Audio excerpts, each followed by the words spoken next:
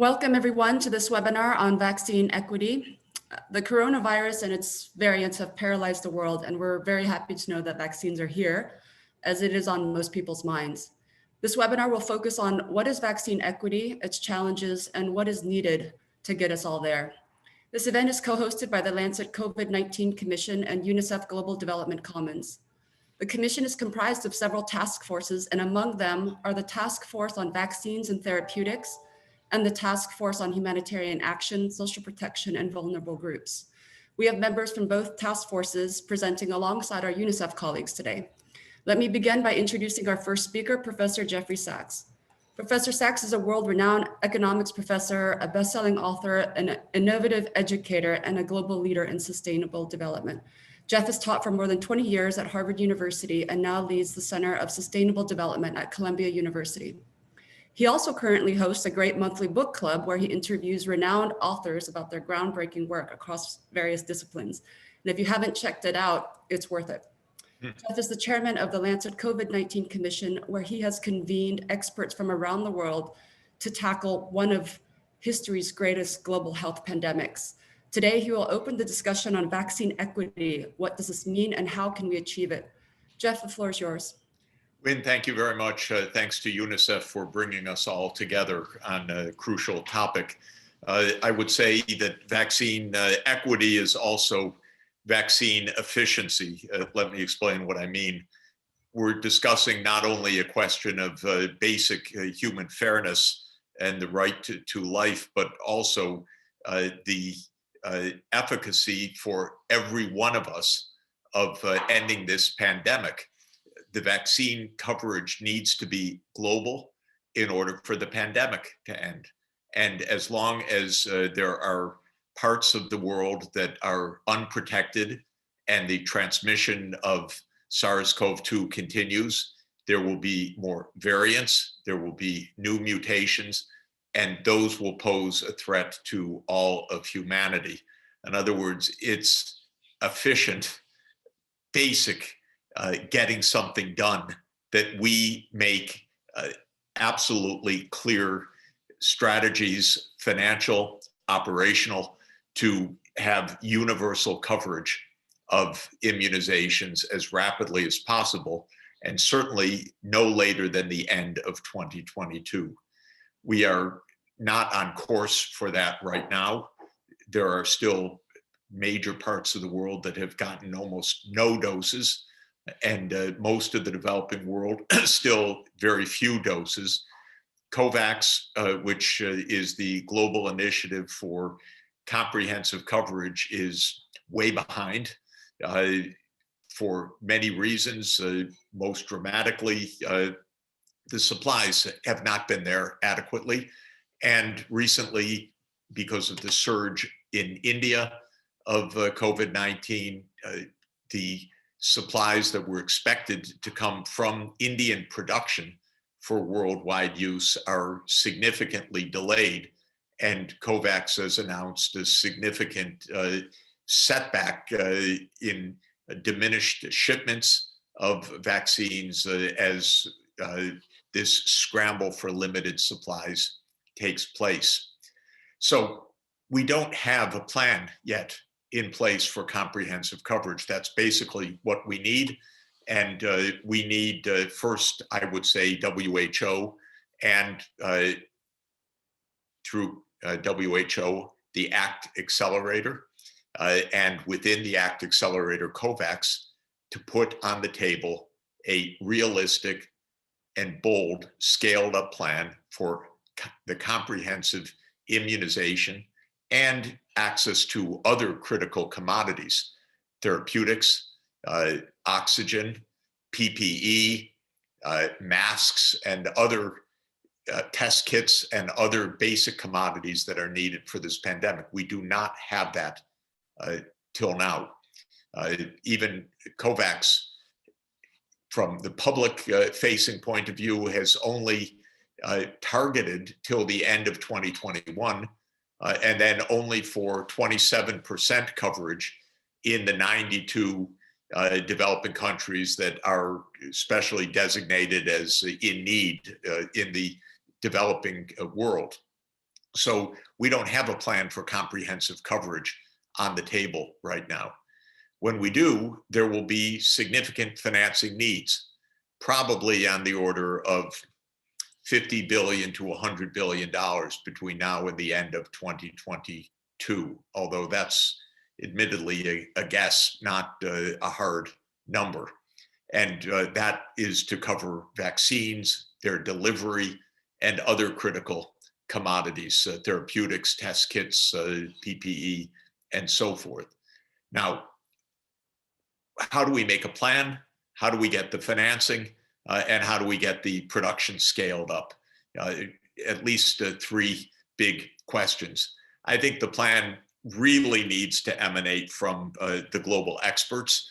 And I'm very happy that Maria Elena Bottazzi, Professor Bottazzi, will be speaking shortly on behalf of the Lancet Commission on this question.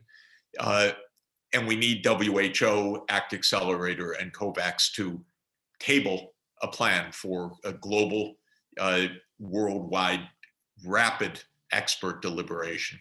Second, financing.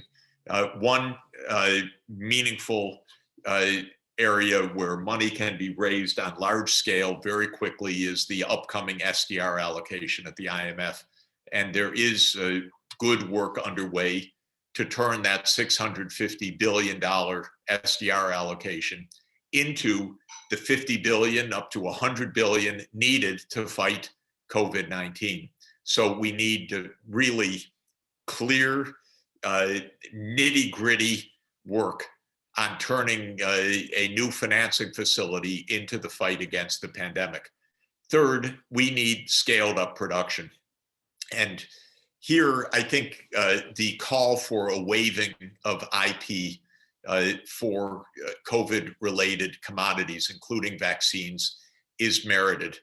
The companies that are holding the IP have not demonstrated the capacity to get this job done, and we should waive IP.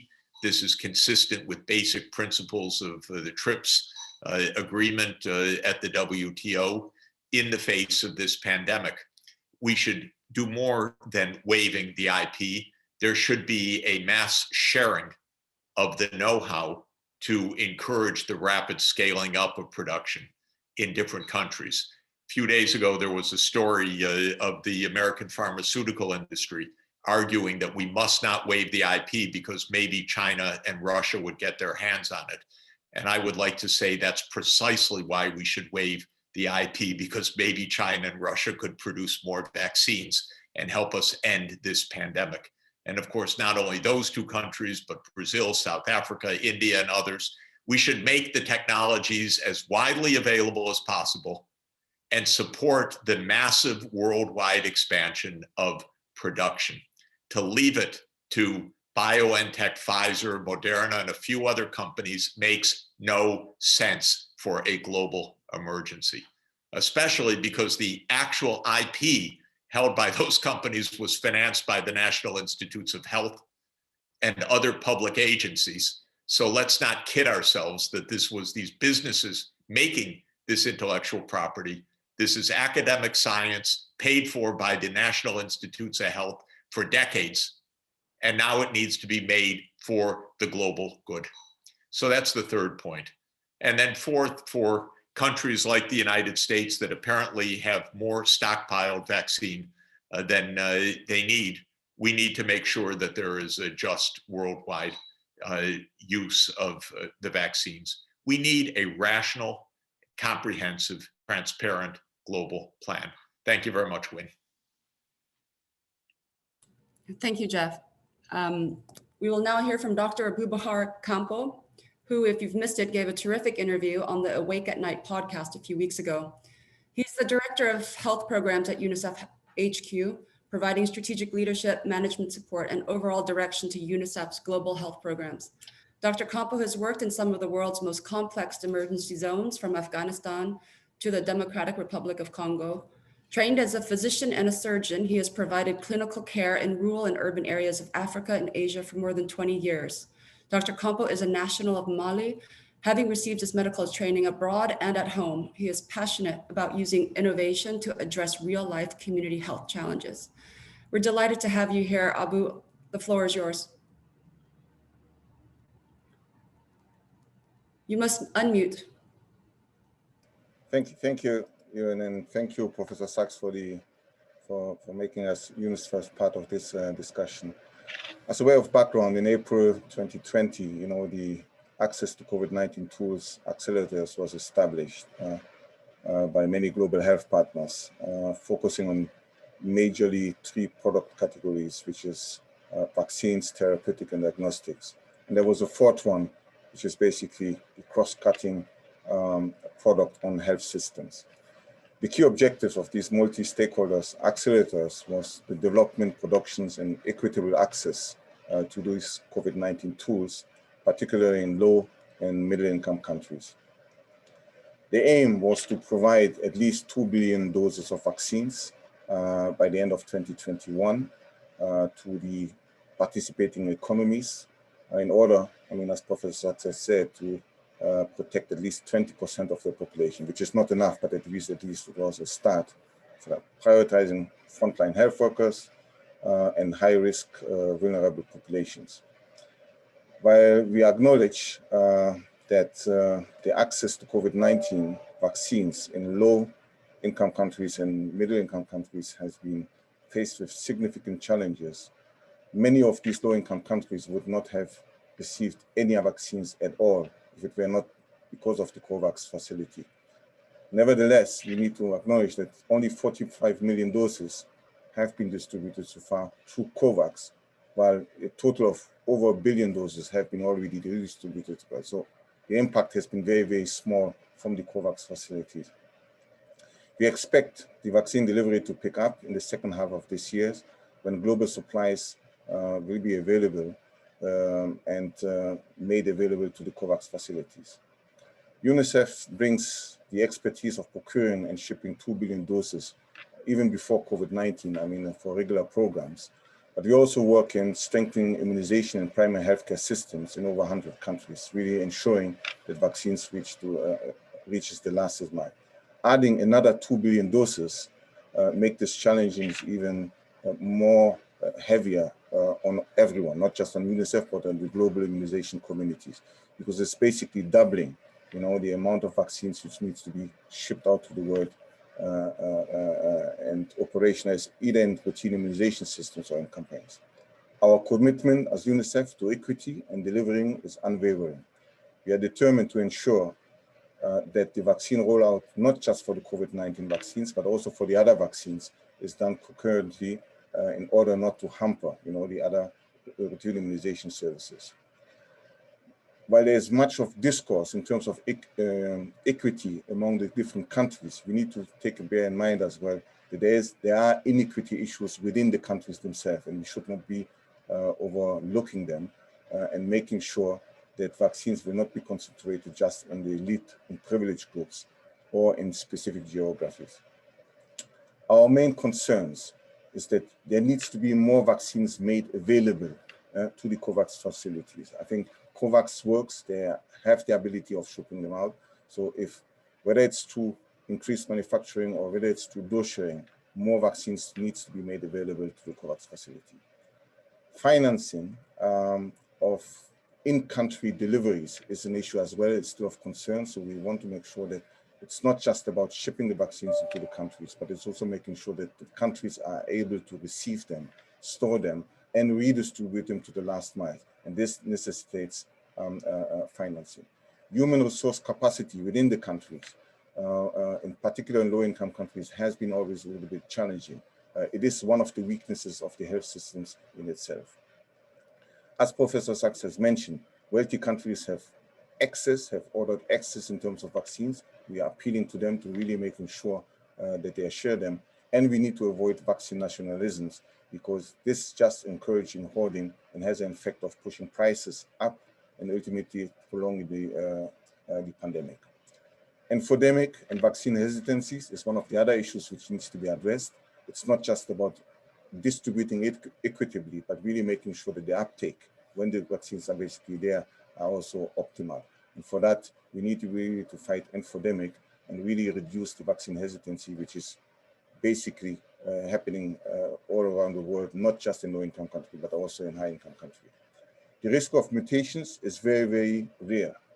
And I think we need to get quickly to the crux of this pandemics, otherwise mutations will be arriving. And even those countries who are doing well in terms of vaccinating right now, if we have a new variants, which do not respond to the existing vaccines right now, they're basically back to square zero. And that's the reasons why equity is so important. Getting vaccines into people's arms requires a complex global supply chain, but also enormous human resources. From the ingredient needed to produce the vaccines to the glass and plastic stoppers and tubes to syringes. Any export bans and controls can cause major disruptions in the vaccine rollout. And we cannot underestimate the importance of human resources necessary to vaccinate billions of people. Yesterday, UNICEF, WHO, Gavi, and other global immunization partners unveiled the Immunization Agenda 2030. This charts the new vision of the global immunization community through the next decade, with a focus on zero-dose children. What do we mean by zero-dose children? Zero-dose children are those children who have not received a single dose of vaccination, not just for COVID-19, but for the entire expanded immunization program. Where we have a cluster of zero-dose children, this is indicative that we have a zero-dose community suffering from multiple deprivations. It's not just about lack of health services, it's lack of education services, nutrition services, water and sanitation services. So we need to make sure that our immunization programs, whether it's routine or whether it's campaign, reach those communities wherever they are. We also want to see immunization as a platform for other essential primary healthcare services, which all have suffered and been disrupted in 2020. World leaders and global health and development community should make sustained investment in universal routine immunization services as a top priority, part of a comprehensive primary healthcare package for all people at all ages. We need to strengthen health systems everywhere so that they are able to respond to such crises better and not trade one crisis for another. We can't give up or take our eyes off the light that needs to shine on everyone. We can only succeed with stepping up even more to improve equity to vaccinate everywhere. Back to you, Owen.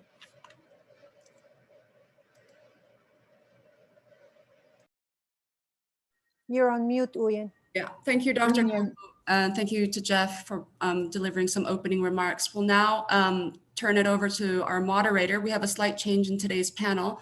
Professor Erwin Redlener will not be able to participate today because he's been called to an urgent meeting. Moderating today's panel is Dr. Maria Elena Bottazzi. Dr. Bottazzi is the Associate Dean of the National School of Tropical Medicine, a professor of pediatrics, and the co-director of the Texas Children's Center for Vaccine Development at Baylor College of Medicine in Houston, Texas. She is internationally recognized tropical infectious disease vaccinologist and a global health advocate with 2 decades of sustainable contributions in biotechnology development.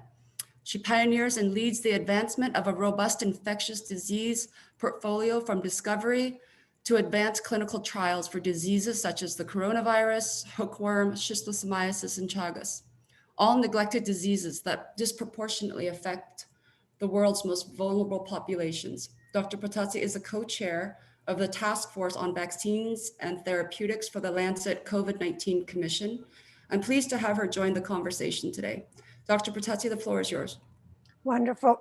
Thank you very much, Uyen, for inviting me to Dr. Sachs and Dr. Campo for the initial remarks. And I think that what I wanted to do in my 10 minutes before I introduce the speakers and then moderate some of your questions and answers is give you a little bit about how, in fact, the Vaccine and Therapeutics Task Force really integrate very well with some of the comments that we've already heard from Dr. Sachs and Dr. Campo.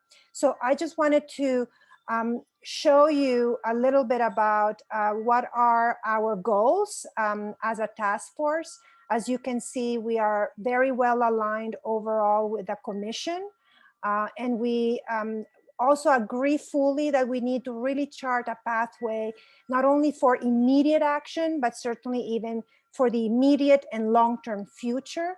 We need to find really sustainable and efficient manners of how we can ensure this universal access to not only health systems, but certainly vaccine and therapeutics and other types of interventions. And we need to do this combining certainly the activities related to the scientific and technical aspects like development and testing, but at the same time financing how you deploy.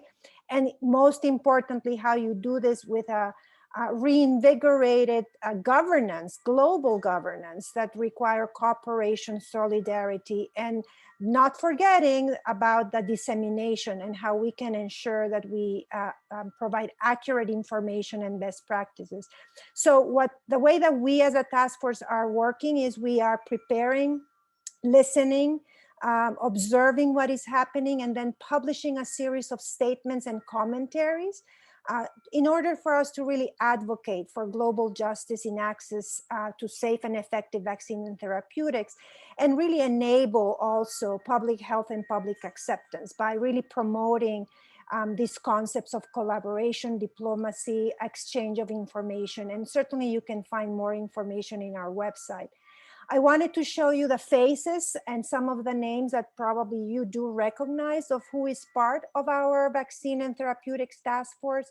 We have individuals who are quite big experts and knowledgeable in many areas of the ecosystem of how do you advance, develop, test, deploy, and use vaccines and therapeutics. So it's been a very big pleasure for me and Peter, who regrets not being able to join today, to shepherd and join this very important group of individuals to try to put together the ideas on paper and share them with you in a webinar like this. Some examples of some of our publications. We have, of course, contributed to the overall larger statements of the Commission, while at the same time putting out very punctual commentaries. And I'm going to walk you a little bit through of what we have found with these three commentaries. So first of all, really recognizing the urgent needs for low and middle income countries, especially related to vaccines and therapeutics for COVID-19. And we really, again, re-examine that, we had a very, albeit at some level, disruption of the global governance, including the damaging effects of not having the US, for example, being on the table, discussing some of these global leadership and governance issues from the start. Now I think it's showing a lot more promise, but at the same time, clear complexities, as we've already heard by Dr. Sachs and Campo, about access, delivery, and financing. So I invite you to read this nice commentary. On top of that, we believe, and a few of us, of course, are really immersed in the US experience and the case study of Operation Warp Speed. And so we also put out together maybe the fact that there's been some things that may have been useful and that have worked for the US. How can we learn from those? But at the same time, even though they may be opportunities for other examples such as COVAX, we do, of course, recognize that we had many gaps, including certainly in some logistics implementation follow-up, as well as even our own United States health systems and research strengthening. And clearly, I agree with a very deficient communication, compromising, of course, vaccine practice and hesitancy. And lastly, to expand on that, we actually put out recently a primer to assist certainly healthcare providers, but also trying to educate our communities locally and globally on some of these myths and misinformation, and really putting out a call to action. And that we also complemented with Peter with a very recent Washington Post commentary that you're welcome, of course, to search. But wrapping them all up, again, I think we totally agree that we really need to look at very short-term priorities and action items, certainly planning, very specific planning for the 2022 priorities. And again, highlighting the same message that we've already heard. How can we improve access, affordability? Very important when we heard talking about that it's not only waiving the trips, but increasing the know-how, but also know-how in the area of regulatory, in the area of pharmacovigilance, and improving the global production and ensuring the quality.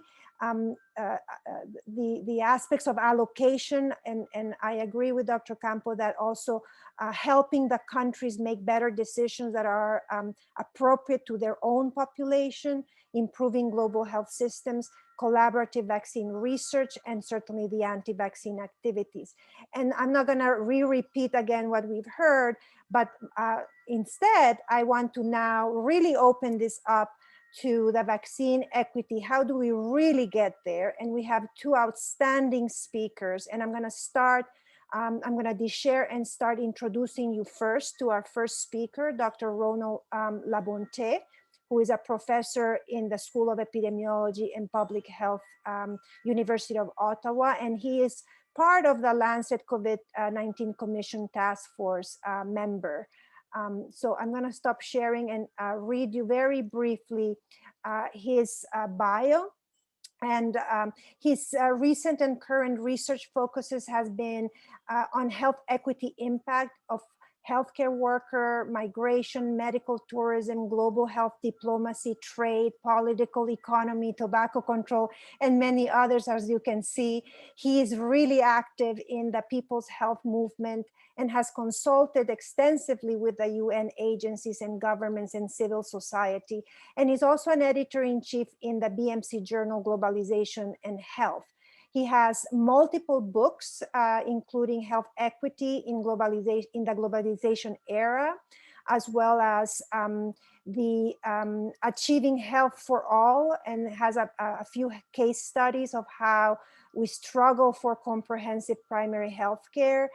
He also has written about population health, global health, globalization and health, and how health promotion in action going from local to global empowerment. And he has, prior to his appointment with the University of Ottawa, he was also founding director of the Saskatchewan Population Health and Evaluation Research Unit, and many other activities within the Canadian government. So welcome, Dr. Labonte, and the podium is yours. Okay, thank you very much, Maria. And I'm going to share my screen now. And hopefully you're going to all be able to sort of see it somewhat effectively. Just hang on here a second. I've got to move something around here so I can sort of see my screen now here a little bit better.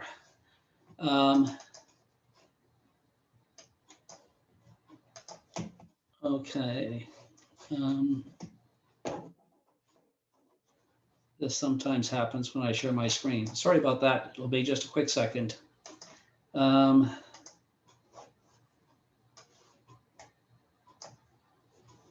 Okay.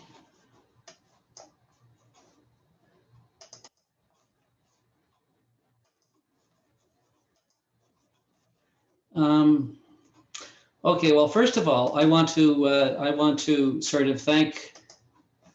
I want to thank the work that that UNICEF has been doing, and also the leadership that Jeff Sachs has given to this particular initiative.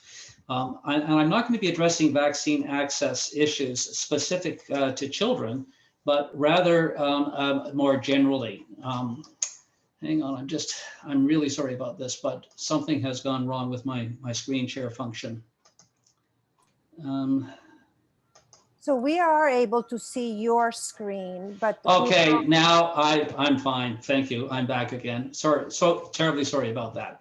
Now I'm not going to speak to the issue of increasing equity and access to vaccines for children per se, but I'm going to focus more about equity in a general sense And I'll really drill down a little bit about the issue of the TRIPS waiver. So if it repeats a little bit about what Jeff Sachs has already said, a little repetition never hurt anyone. Now, the one thing that we know for sure is that we've seen this huge divergence in terms of vaccine equity. And so it should be known to all of us already. I think most of those in the leading vaccination countries are actually more consumed now by when they will get a shot than with who elsewhere might not be getting a shot. As of early April, the high and upper middle income countries, as WHO tells us, have scooped up 87% of approved vaccines, while low income countries have to make do with less than 1%. And a key reason for this, of course, has been the earlier stages of vaccine nationalism, where wealthier countries, including my own, quickly entered into bilateral advanced purchase agreements with the vaccine manufacturers. Canada, and I will be drawing a few references to Canada throughout my brief comments, we became a front runner in inking these generally secret and confidential bilateral purchase agreements. And we have enough potential now to vaccinate every Canadian 5 to 6 times over. We had an initial upfront cost of $1 billion to do this. But because these agreements are trade secret and confidential, we have no idea as yet what the final cost of this will actually be. Now, Canada is far from alone in claiming global pandemic solidarity while simultaneously privileging vaccine access for its own citizens. And we've also just signed a deal for 125 million more doses of Pfizer, Moderna, and AstraZeneca from 2022 to 2024, because we want to sew up our own supply of booster shots. Now, not to be outdone, we know the EU is finalizing a deal for 300 million more Pfizer shots. And so we have another map of global inequality, this time of vaccines. And it's one that, curiously enough, mirrors many other images that capture the international maldistribution in wealth, power, and resources. Now, optimistically, the paler countries on this map might be able to vaccinate much of its population by late 2022 or early 2023, while most of the wealthier vaccine hoarding nations can expect 100% of their population to be fully immunized well before the end of 2021. Importantly, though, these estimates do not account for the new challenge of manufacturing the boosters, the supply of which is already being scooped up by the world's wealthier nations in new purchase agreements, almost certain to create more inequities in global supply and distribution. Now, there's really only 2 ways about improving equity in vaccine access. The first, of course, is to make sure that vaccines are affordable. And there we have the COVAX facility, its attempt to provide enough doses to vaccinate 20% of the priority population in eligible low and middle income countries by the end of the year. As Professor Sachs said earlier, the IMF and now also the World Bank, African Union, and donor countries are similarly contributing to some of the affordability issues.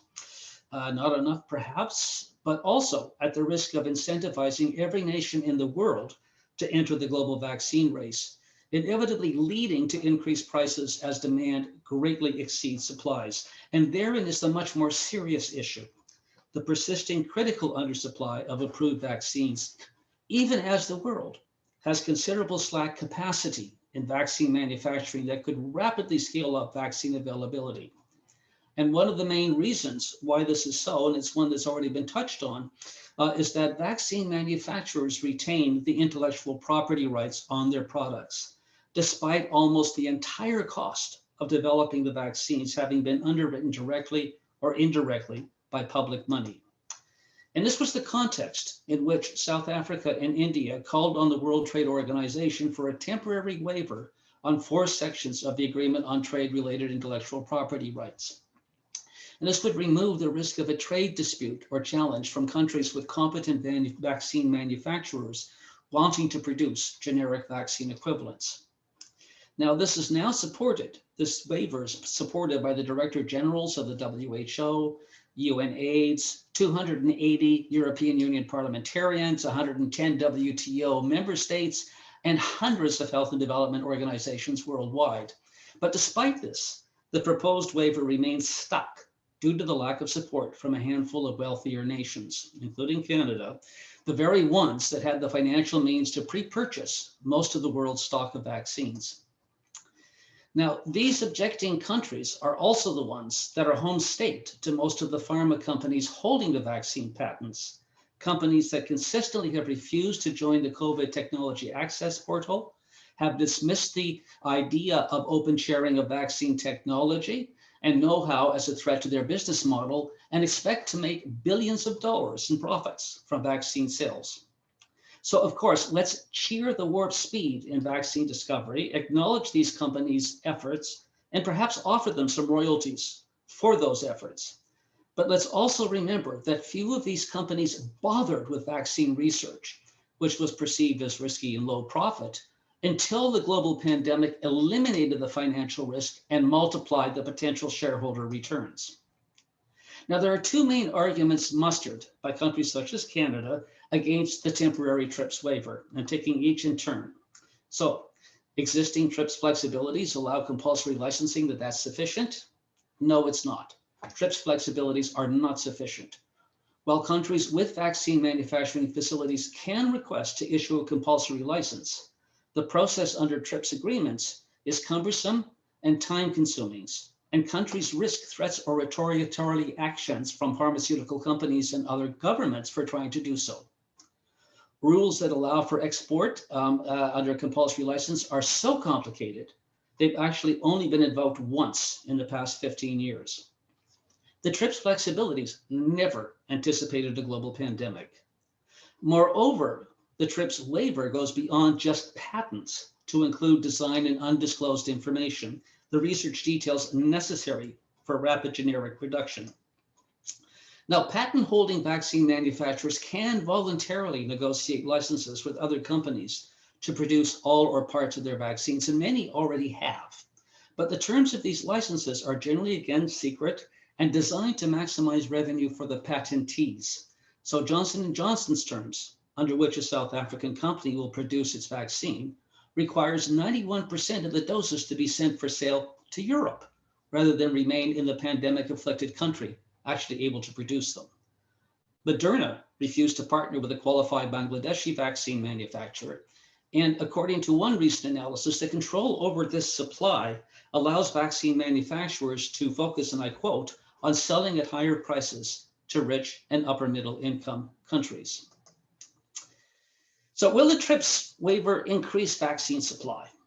A complicated question. The partial answer is yes, but only if patent holding companies are willing and compelled to share the technology and know-how associated with their vaccines, almost all of which, of course, were publicly financed. There is now a proposal to create a technology transfer hub with WHO calling specifically for an mRNA technology transfer hub, since these vaccines show the most efficacy, the greatest likelihood of adaptation to variants, and a relative ease in scaling up production capacities. But to be successful, as the WHO emphasizes, quote, owners of vaccine technology and intellectual property rights must be willing to contribute their know-how and technology. I believe that the proposed TRIPS waiver, with declared support from pharma home country governments, becomes an important leverage to incentivize such sharing. As we know, the longer it takes for the world's population to reach vaccine herd immunity, the greater the risk of new and more dangerous variants, the worse the global recession, and the greater the estimated economic losses for all countries.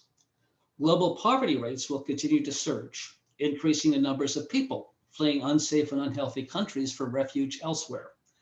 The economic fallout of a protracted pandemic will increase instability in many countries, posing conflicting risks, and that could persist for many years while fomenting geopolitical tensions. So ultimately, and this is a point that I've just made to the Canadian committee, our Parliamentary Committee on International Trade, debating this TRIPS waiver issue. It said the question facing the wavering TRIPS waiver countries is less about the legal nuances of the TRIPS agreement and more about whether COVID-19 vaccines should be treated as publicly financed private business commodities or as global public goods. And I leave little doubt about how I think that question should be answered. Thank you, and back over to you. Wonderful. Thank you very much, Dr. Labonte. We very much look forward to continuing the conversation. But now it's my honor and pleasure to introduce you to our next speaker, Dr. Eva Kadili. She's the Director of Supply Division for UNICEF, and she's based in Copenhagen, Denmark, and oversees all the UNICEF's global supply chain functions. In this capacity, she leads the effective, efficient, and ethical provision of essential and emergency supplies for children through the direct UNICEF programs and in cooperation with national governments and partners. She's responsible for the management of UNICEF's supply response also to humanitarian crisis. So Ms. Kadili is presently leading the organization's strategic procurement and logistics for the emergency response to the COVID-19 pandemic. And in this capacity, therefore, she represents UNICEF's in the UN COVID Supply Chain Task Force, and also represents the organization in a number of other global forums, including the pleasure to have her here to give her remarks. And she brings nearly 25 years of experience at having held many roles within UNICEF. So we welcome you and thank you for giving your remarks. Eva, to you. Thank you so much, Professor Bottazzi. Thank you for having me here. Such an honor to be here with these distinguished experts. So I'm here, as you said, from our largest humanitarian warehouse of UNICEF in the world, where we actually support all the provisions of goods and services, including the distribution of vaccines, those for not just COVID, but also for routine immunization. So we are now from 140 days since the first vaccines have been administered in countries. So on the 8th of December 2020, the UK became the first country in the world that started administering its citizens with a fully trialed and tested COVID-19 vaccine. So it is almost 140 days later that we are approaching almost 950 million doses that are being administered. So it's really incredible, both from the perspective of course, what science have strived, but also from the perspective of bringing a novel pathogen in less than 1 year. So we have seen all other vaccine introductions, given also UNICEF's role in decades on this. It really takes a decade almost to bring a new vaccines and scale it. But also we have seen the tremendous work of developers, manufacturers to create and manufacture in huge quantities a new vaccine and also secure emergency use authorization for global access in such a short period. But also what is as well mind-boggling is the global logistics efforts to really get those vaccines to the arms of people, knowing as well that the supply chains have been disrupted and there has been a lot of global logistic capacity has been quite reduced. Next slide, please. So what we are seeing, and as we heard also earlier from Professor Sachs and also now from Labonte, the need for vaccine also efficiency in order to end the pandemic is really critical. However, the progress in terms of doses administered has been vastly unequal. And the poorest countries are really lagging behind. Those countries with significantly more, that needs much more resources. So what we're seeing is the high-income countries are administering so far 48% of the doses, where we see the low-income countries 0.1% is currently being administered. Huge inequalities on access to vaccines, also the impact on variant and the ability on the world to address the virus. So there is a lot of unknowns as well as the variants are, with the different viruses as well. This is the COVID vaccine. This is the time when the COVID vaccine access facility was also designed and was introduced with the help to really play a level and playing field, so to address really those inequalities. So if we could turn to the COVAX and what the reason that was designed, and also the role of UNICEF to it. So moving to that, for just to remind the audience that this COVAX facility was really set up, as Dr. Campbell said, to deliver on 2 billion doses of COVID vaccines, but mainly to ensure also fairly and equitable distribution and access to participating economies by 2021. And the facility includes almost the poorest 92 countries, but also the self-financing countries and economies that decided to be part of this facility. So it's now today more than 121 countries. At the outset, the aim of the facility was really to secure enough doses to cover those at high risk of exposure. So we're looking at the health workers, social workers, but also the highest risk of mortality, the elderly, and so on. In other words, enough doses to deliver to countries to cover 20% of the population at risk. And what we have been seeing, as I showed on the previous slide, we are far from really meeting the target, and we really and truly hope that we are going to be able to deliver on the target by the end of 2021, while the goal is shifting, as also we are seeing more ambition from governments to reach beyond the 20%. We're seeing also the cases of variants, the different variants as well. So this is what the facility also is discussing with regards to looking beyond at the next strategy and beyond the 20%. Next slide, please.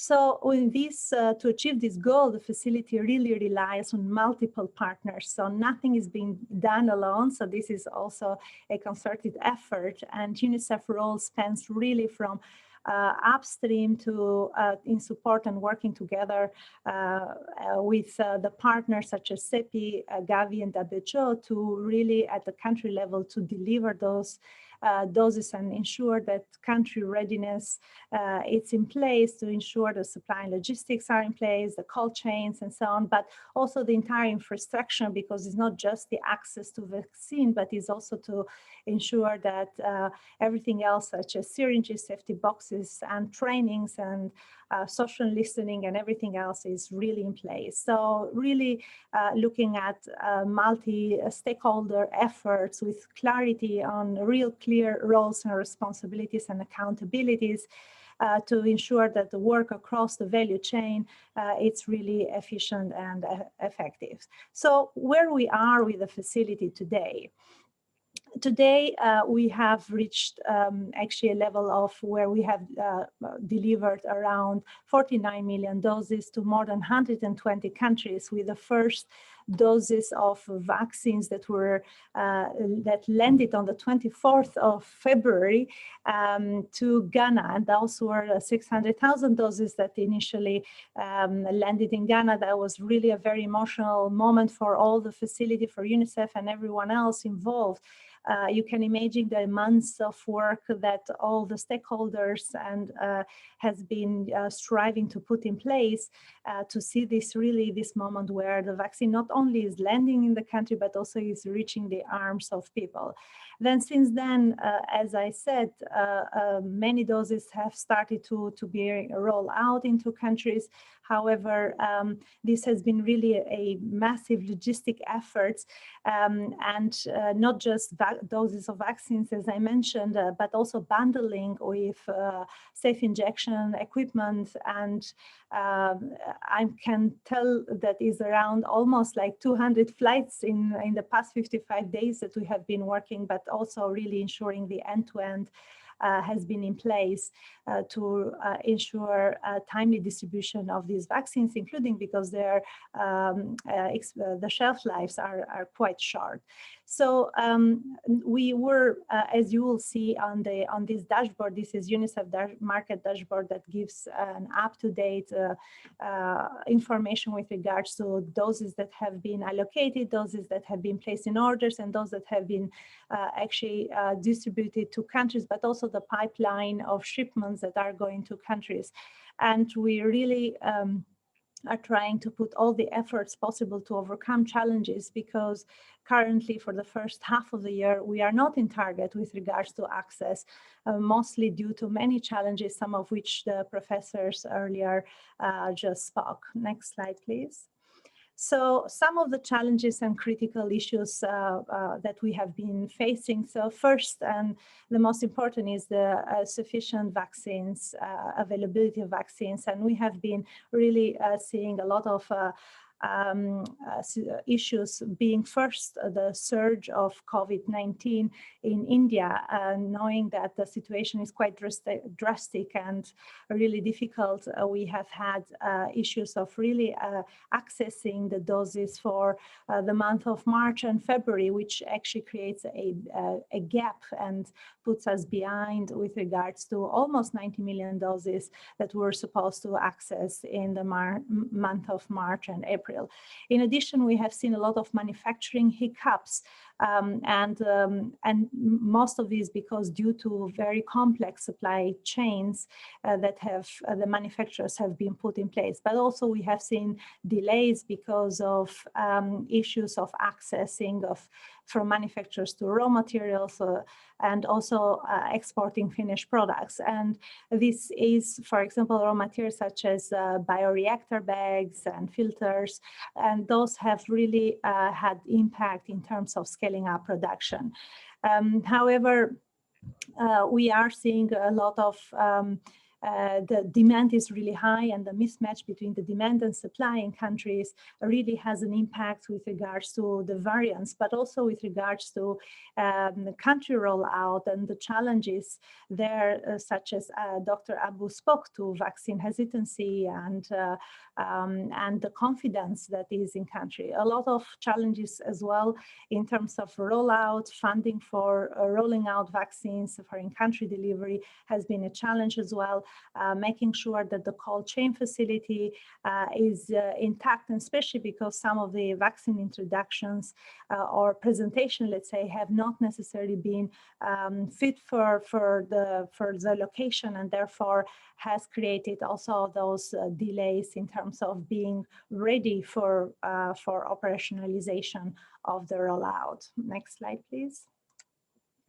So some of the solutions to a problem, I think a lot has been said so far, but just to highlight that thus far, the volumes of doses we have seen, dose sharing that have started, but those are still thin compared to the needs that are out there. Professor Labonte mentioned that some countries have access to vaccines to immunize their population up to 5 times, whereas we really lack vaccines today. So in the short term, there is a real need for vaccine sharing, especially for countries that have secured via their bilateral deals to ensure that we address that equity agenda.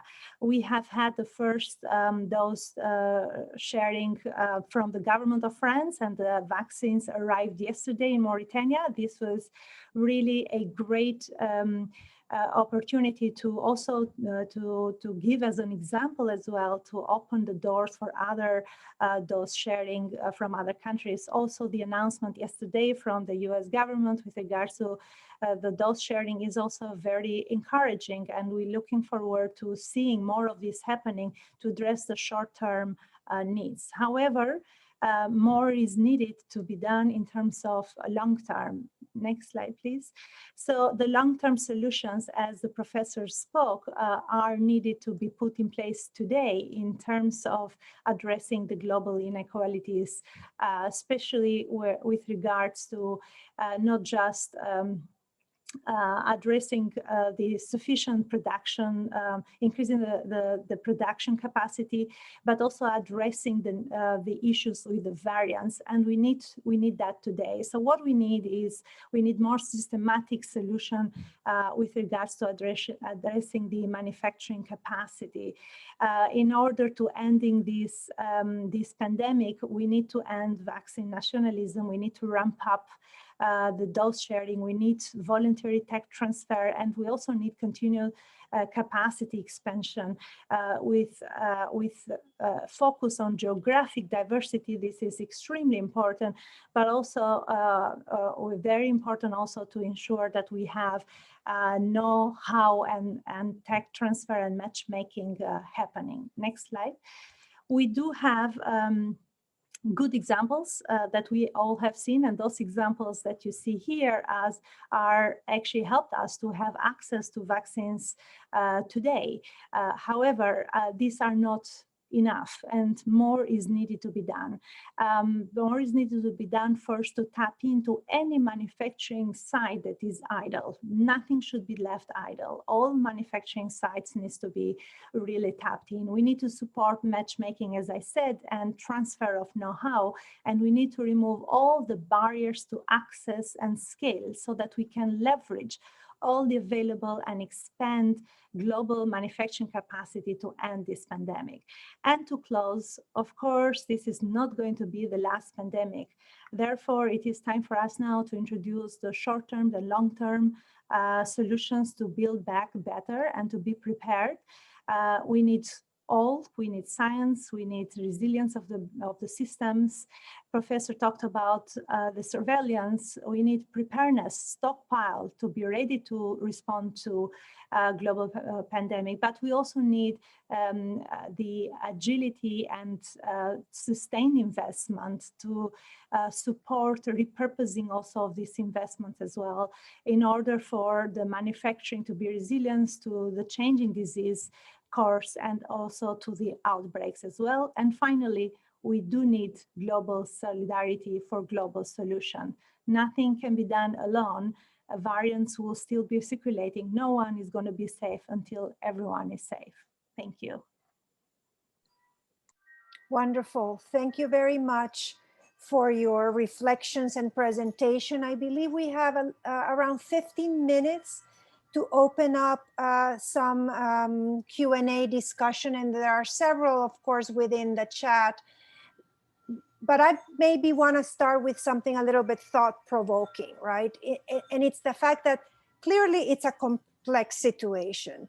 And I think none of us, even organizations that have been planning for potential epidemics or outbreak responses, have never really foreseen that this was going to be in such a global pandemic. So for example, blueprints of CEPI, or blueprints of how WHO would respond, or blueprints of how manufacturers would respond, or even the finances, as you mentioned.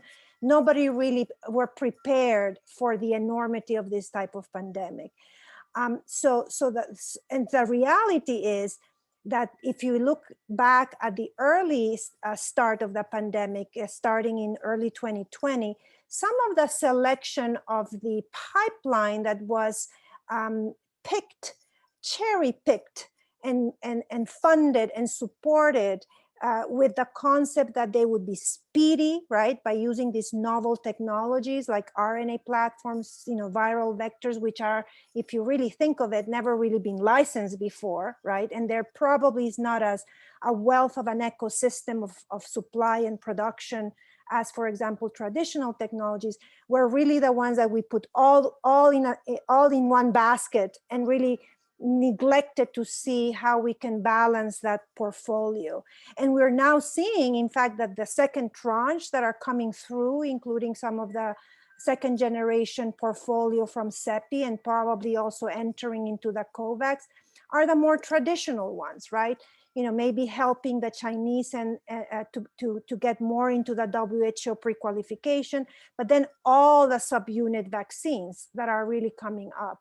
So I think, certainly personally, because I can even give you a case study from our own, where we are transferring a technology, had no patent, no proprietary, simple production. We were able to send it over transparently, open access to a company such as Biological E, and Biological E has no barriers that even infringe with the TRIPS, for example. And that's certainly an example of how you can go from one extreme to totally the other extreme, right? An academic transferring to a manufacturer with no constraints.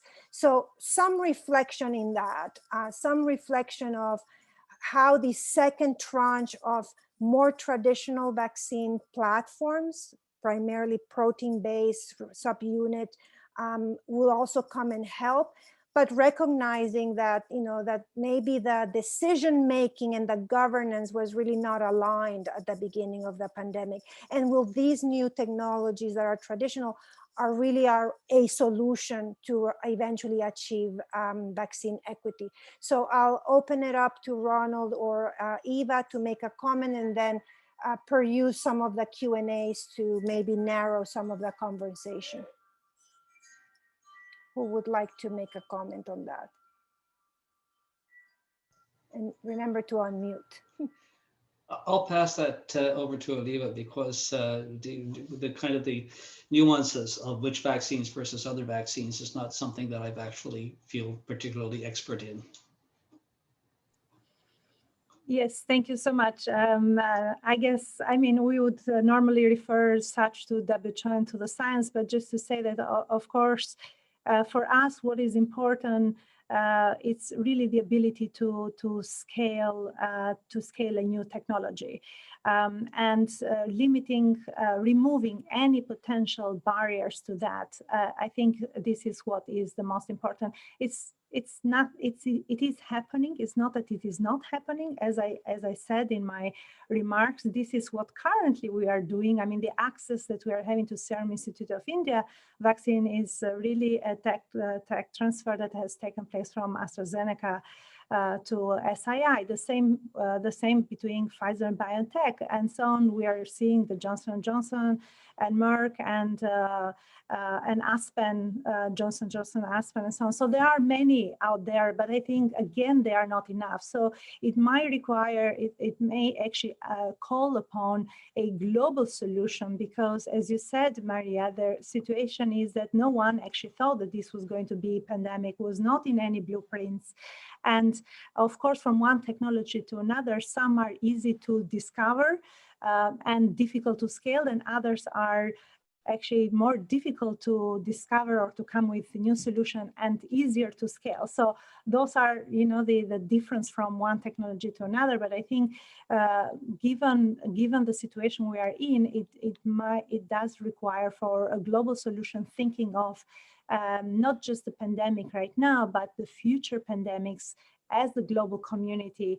What do we put in place in order for us to be prepared and not have these barriers that we are facing right now, but also ensure equity, which is absolutely very important for ending the pandemic.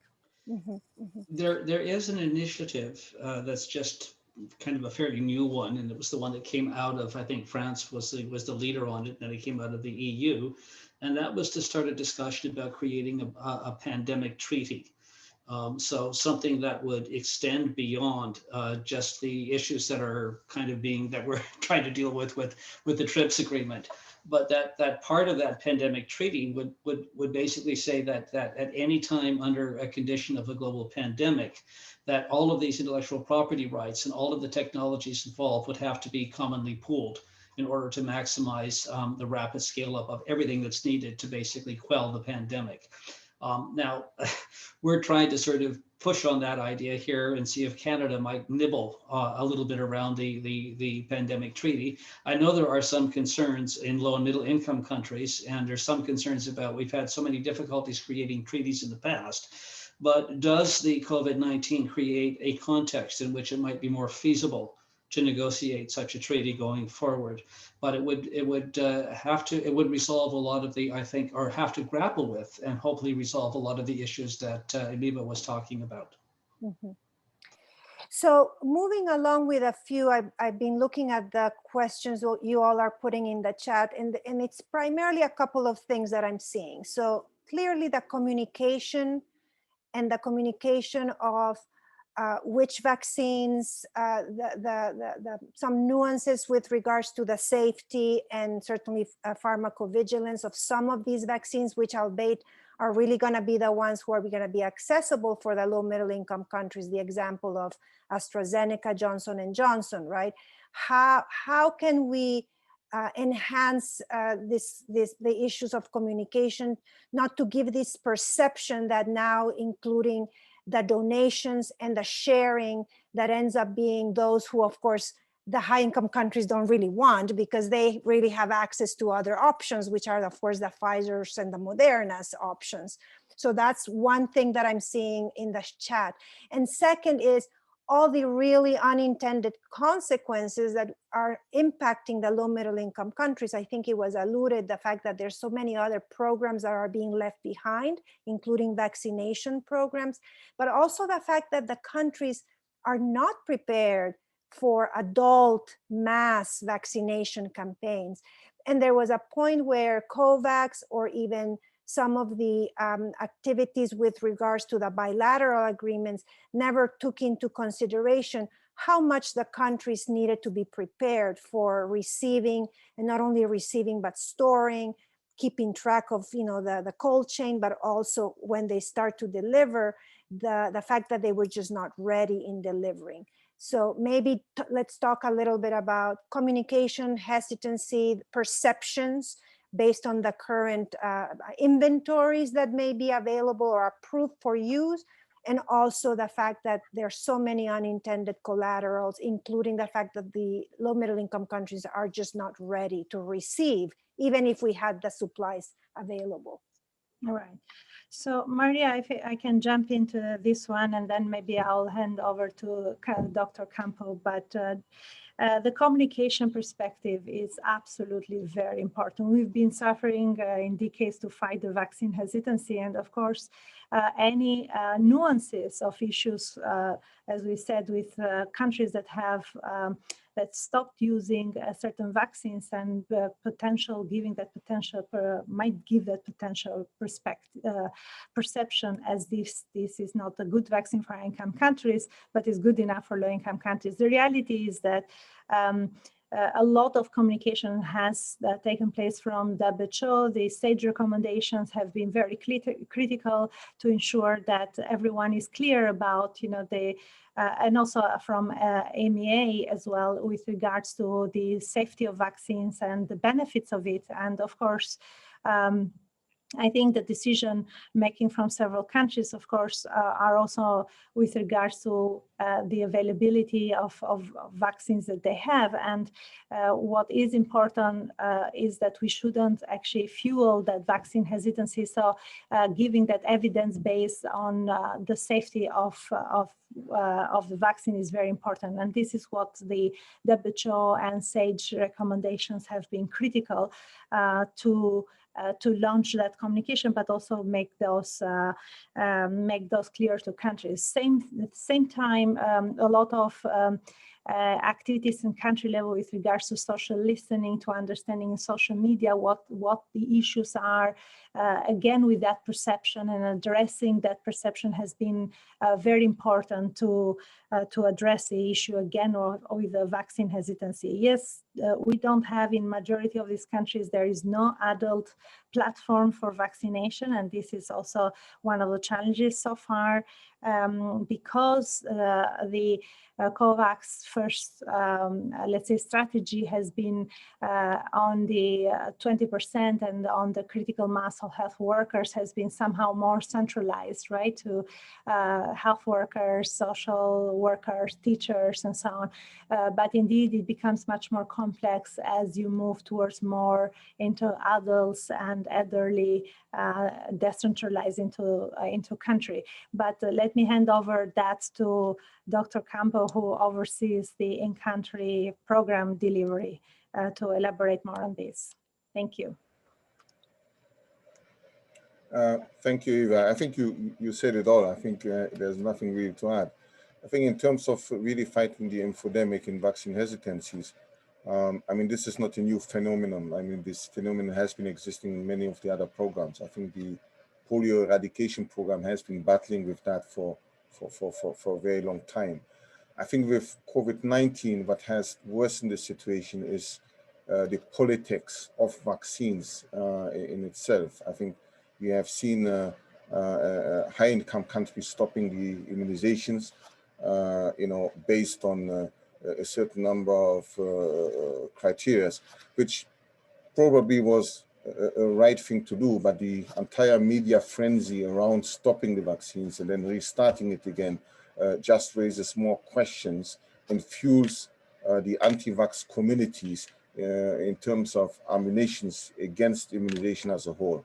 So I think in our view, there needs to be much more investment into communication. It should not just be left to the countries as well. I think there's quite a lot of investments in the products, in vaccines, in logistics to a certain extent. But I think we're forgetting, that there is behind any kind of immunization campaign, there needs to be a very strong communication efforts needs to be learned just to mobilize the communities, but also addressing the anti-vax community. And I don't think that that communication has been sufficiently financially resourced, to tackling some of these epidemics. The other element which we need to take into account is that in terms of skepticism, we also need to bear in mind that it is not just necessarily against the vaccines that there is skepticism, but if the health system has been failing their population for a very long time, and suddenly all the resources are put in place to bring in only one vaccines, it creates suspicions within the community itself. So, so it's not just about rolling out, COVID-19 vaccines, but it's rolling out an immunization program, or we should be rolling out a primary healthcare program, more than just one little item, in particular in those communities which have been neglected for years for other services, and now because of COVID-19, we want to come in with a single vaccine. So it's a bit more complex than just putting in resources. It's also needs to address basically the primary healthcare systems. But I think we should be utilizing these opportunities, which the challenges which COVID-19 are giving us, of building back better and making maybe those systems a little bit more resilient, because COVID-19 will not be the last pandemic. Let's learn from that and move on so that we get better prepared for the next pandemic. Great. Thank you so much, Dr. Campo. Dr. Labonte.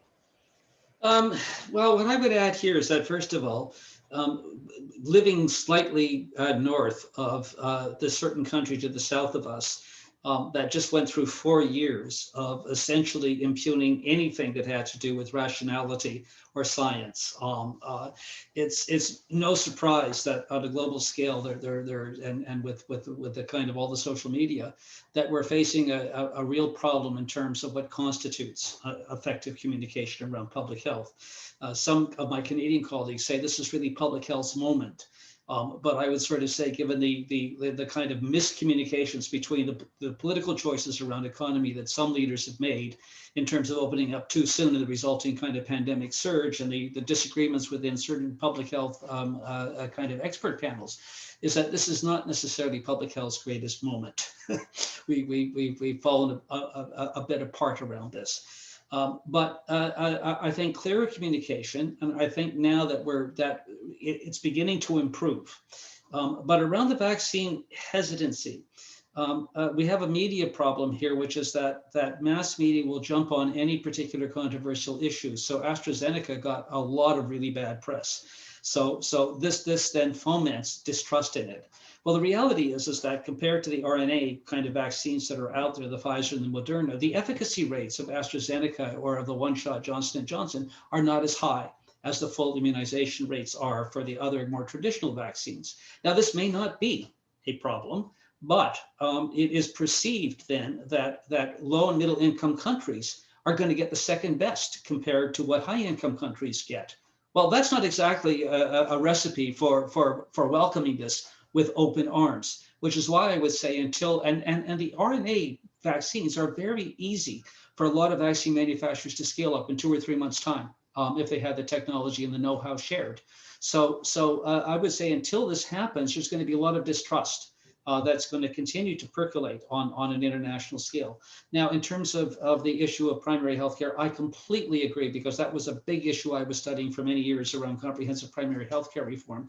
And there, I believe it's going to become fundamental at a multilateral level to have some policy coherence. because yes, IMF could increase the SDRs. IMF could provide emergency lending. IMF is also putting in fiscal kind of consolidation requirements again, kind of the austerity rewritten as of what's similar to post-2008 crisis.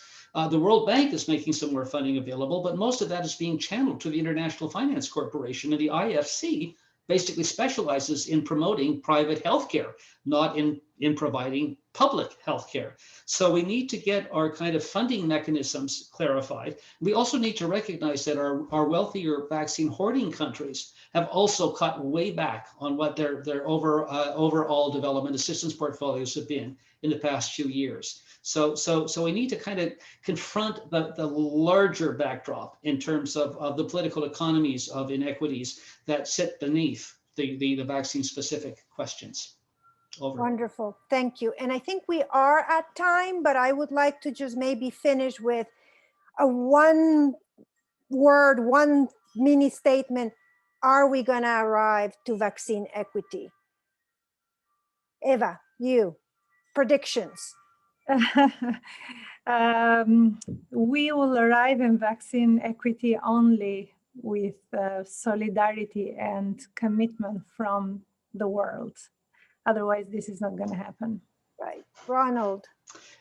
I certainly hope so. Yes, I think we will. And if we can't, then it really doesn't show us any good in terms of the next great crisis, which is climate change. Wonderful. And maybe Dr. Campo, your last reflection, if you're still there. Well, yes, I think we have to.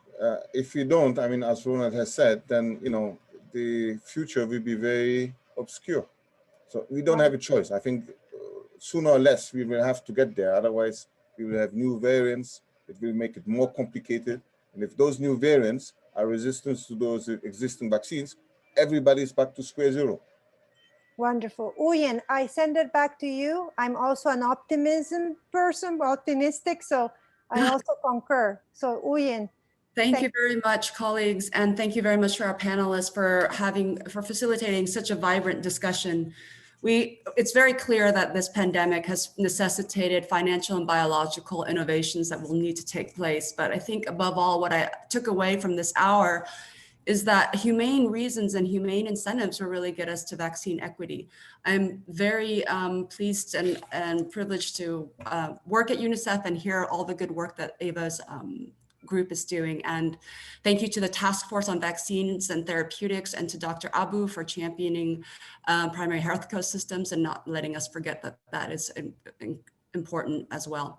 Thank you to Ronald Labonte for tuning in and for great presentations. You will all find these materials on our website, gdc.unicef.org. Thank you and have a great afternoon and evening. Bye. Thank you. Yeah, thank you. Thank you so much. Thank you. Bye.